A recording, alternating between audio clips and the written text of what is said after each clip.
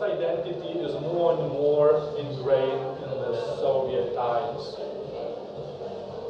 The problem, one of the biggest problems, I guess, with the psyche of ordinary Russians, let alone the political establishment, that they have never ever had psychological, at least psychological Nuremberg for the Soviet and communist and Stalinist atrocities and crimes. We must acknowledge that, yes, Russia is an expansionist state since its establishment in Moscow Duchy in the 15th century. Because if we look at the whole history, geopolitics, it expanded whether to the west or to the east. Many media outlets in Russia these days are serving the Kremlin's interest to brainwash people and to believe what's not perhaps the entirely is truth acknowledged by many scientists, analysts, historians around the world. But since Russia attacked and annexed a part of a European country, we now can see that the European continent is not as peaceful and as stable as everybody perceives it.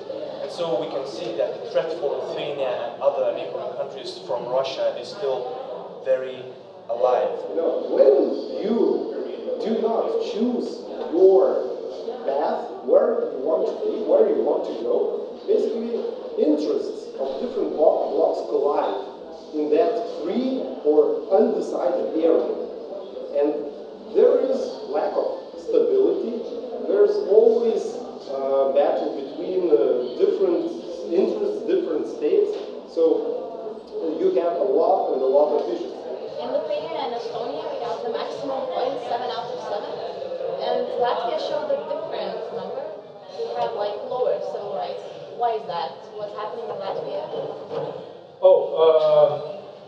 Your initial statement was about the research how the Soviet Union affected the Baltic states. But you could have reframed it how the legacy of the Soviet Union affected the Baltic states. There were many ways. You know that when you had the new states, you had to carry out the triple transformation. You had to go through a nation-state building, you had to build the market economy, you had to build a democracy. And the Soviet legacy is that people did not have those political economic experiences throughout the last 50 years because they were not allowed to practice either politics or private economy or business. We're doing this through trial and error method.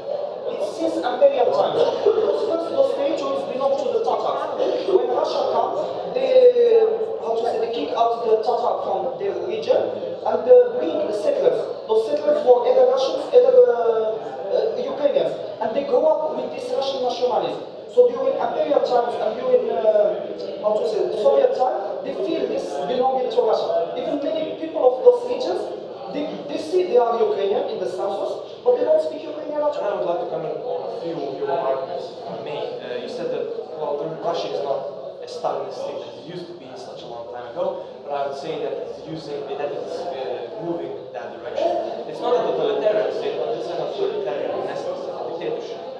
I could say that on the one hand we could do this, on the other hand we could do this, but if I had to come up with some sort of political proposals, I would keep on retaining sanctions. The first round of sanctions because of Crimea, the second round of sanctions because of the things in Donbass, in eastern Ukraine.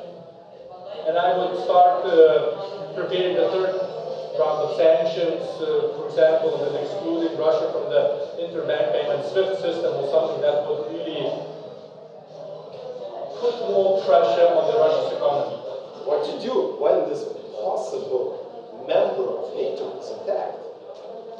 Can you risk, your own troops or nuclear war in case to defend Georgia or defend Ukraine? Would you risk if you would be the president? I wouldn't. Nobody would, basically. Ideals are noble, but history is cruel. So this cruelty is usually embedded in our memories.